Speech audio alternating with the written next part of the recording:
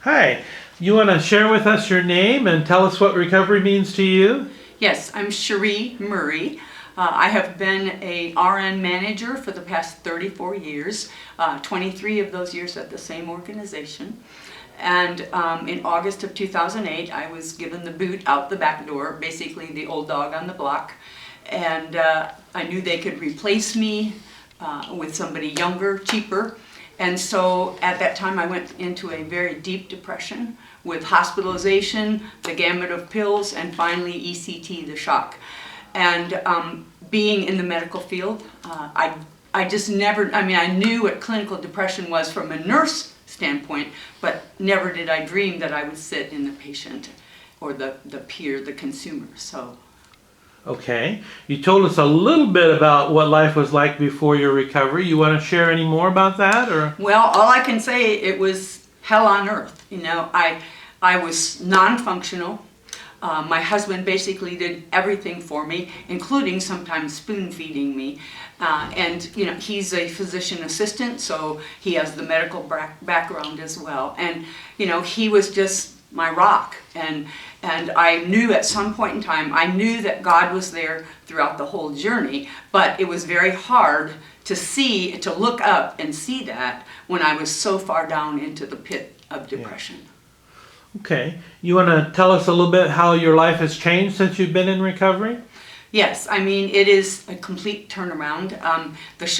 I think that God allowed this to happen in my life so that I could fully understand. I can tell people I've sat in that 17-day hospitalization chair. I've run the gamut of medications and finally decided, and I was given a label that really bothered me in the beginning. I was given a label of bipolar. I've never been depressed in my entire life. I'm 67 years old, and I couldn't understand how I could get that label. But now I do, because if I had not had that label, I would not have been eligible for ECT, shock therapy. Okay? So I believe that God has been at work in this whole thing, using my current physician as a tool to keep that label on me, although I rejected it from day one, but that label got me the shock therapy. And if I hadn't had that, I wouldn't understand the whole process. The hospitalization, being in the pit, being, you know, locked in basically, simply for the safety of the patients in there, and all the gamut of medications, and then the shock therapy. And like I said, I would not have been eligible for that if I hadn't had the label of bipolar. Okay.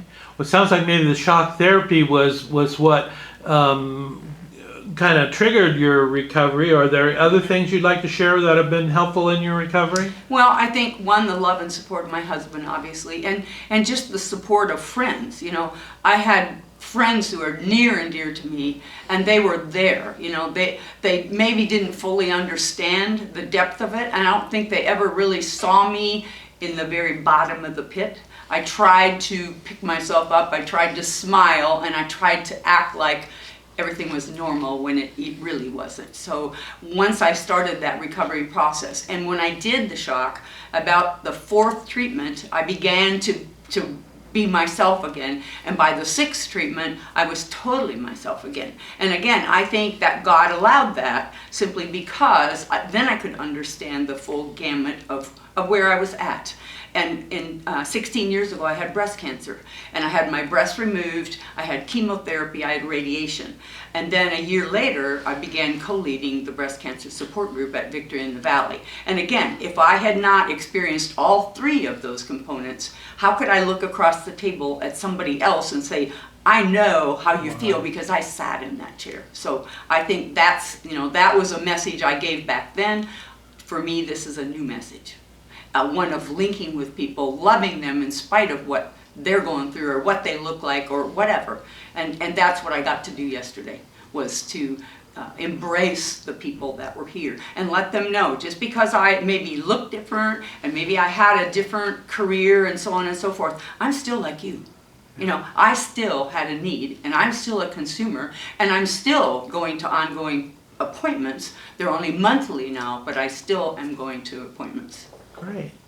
How many recovery conferences have you come to, and This is the very first. the very first? And what brought you here, Well, and what I do you saw hope it to- in the newspaper, the Wichita Eagle. I saw it in the newspaper, and I read it. I didn't know it existed, and I read it, and I walked into our office, and I laid it in front of my husband and said, "Sign me up. I need to be there. I need to interact with other people that are in the same boat as I am." So it was not a question. It was a get me signed up today. Well, that's wonderful. And what do you think of the recovery conference so far? It's absolutely just incredible. I mean, I have had so much opportunity, and I think I shared out there this morning, is that Wilma from, who spoke yesterday, she said that there is not a Faces and Voices for Recovery in the whole state of Kansas. I have an interest in starting that charter group.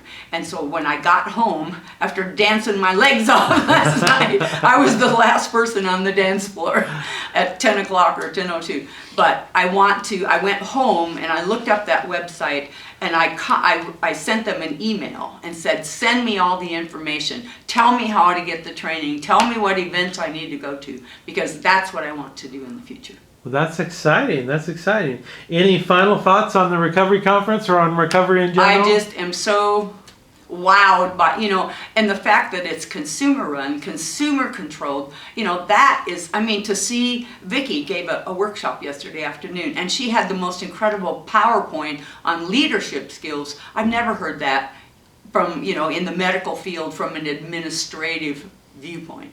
And I was just so impressed by what she put together for us to take with us about the leadership skills. Well, great. Cherri, I'm sorry. I want to thank you so much for sharing with us, and I hope you enjoy the rest of your conference. Thank you very much.